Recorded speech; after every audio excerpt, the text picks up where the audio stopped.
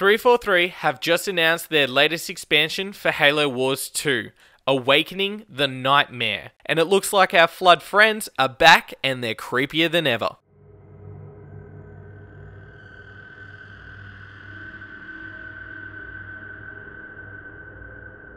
What's going on, guys? It's UNSCaustralia here, and yes, the Flood are finally returning to the Halo universe. Hell frickin'. But it seems a lot of people are asking themselves how the Flood can actually be alive, and is it actually canon that they're alive on the Ark? Now, the Ark that we see in Halo Wars 2 is in fact the exact same Ark in Halo 3, and because the events of Halo Wars 2 happen around about the same time as Halo 5 Guardians, we do know that the Flood is actually wiped out on the Ark. Or is it? Well, today over on Halo Waypoint, we actually got some more information about this latest expansion, and down in the FAQs, someone actually asked the question, how did the Flood manage to get to the Ark? And they said, during the events of Halo 3, the Flood took control of High Charity, the planet-sized satellite and capital city of the Covenant. The Flood crashed High Charity into the Ark in an effort to thwart the ability to fire and rebuild the Halo rings. While most of the Flood threat was destroyed in the crash of High Charity and the explosive end of Halo 3, even the smallest remaining spore of Flood can take over the galaxy, given enough time. So this pretty much means, guys, that after the events of Halo 3, when we blew up the Installation 04B, we actually did not kill off all the Flood. There might have been one Flood spore that fell back onto the Ark or remained on the Ark and buried itself somewhere deep and hid. It might have started taking over small animals and all that kind of nasty goodness and was able to start rebuilding itself and live out on the Ark. Now, in the trailer, we can hear Atriox saying, "I told you not to go inside." I told you not to go inside.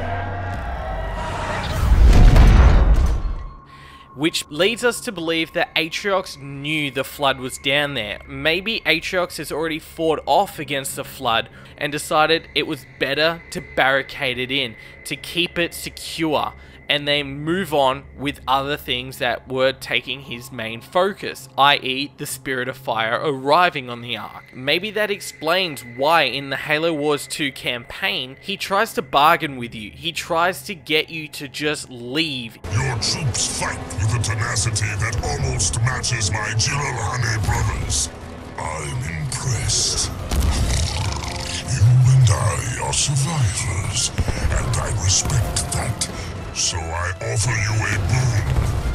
Take your troops, take your ship, leave now, and I will not hunt you down. He knows that this Flood is here and he needs you to leave, otherwise you're at risk of spreading this and exposing the universe to this parasite. Now it seems like some of his troops have actually gone inside, rediscovered this area, and have accidentally awoken the Flood.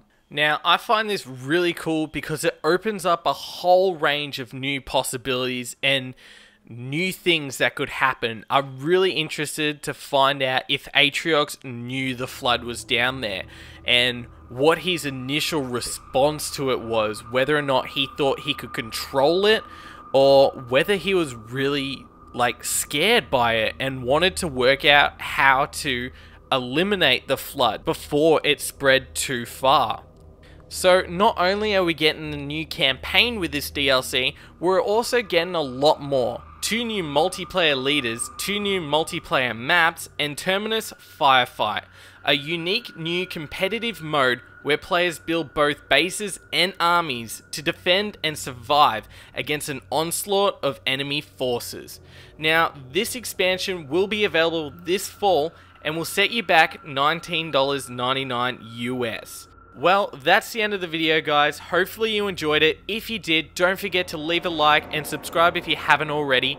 And let me know what you think about this expansion. Are you excited to see the Flood return to Halo? Leave those comments down below, guys, and I'll catch you all in the next one. This has been UNSCaustralia, out.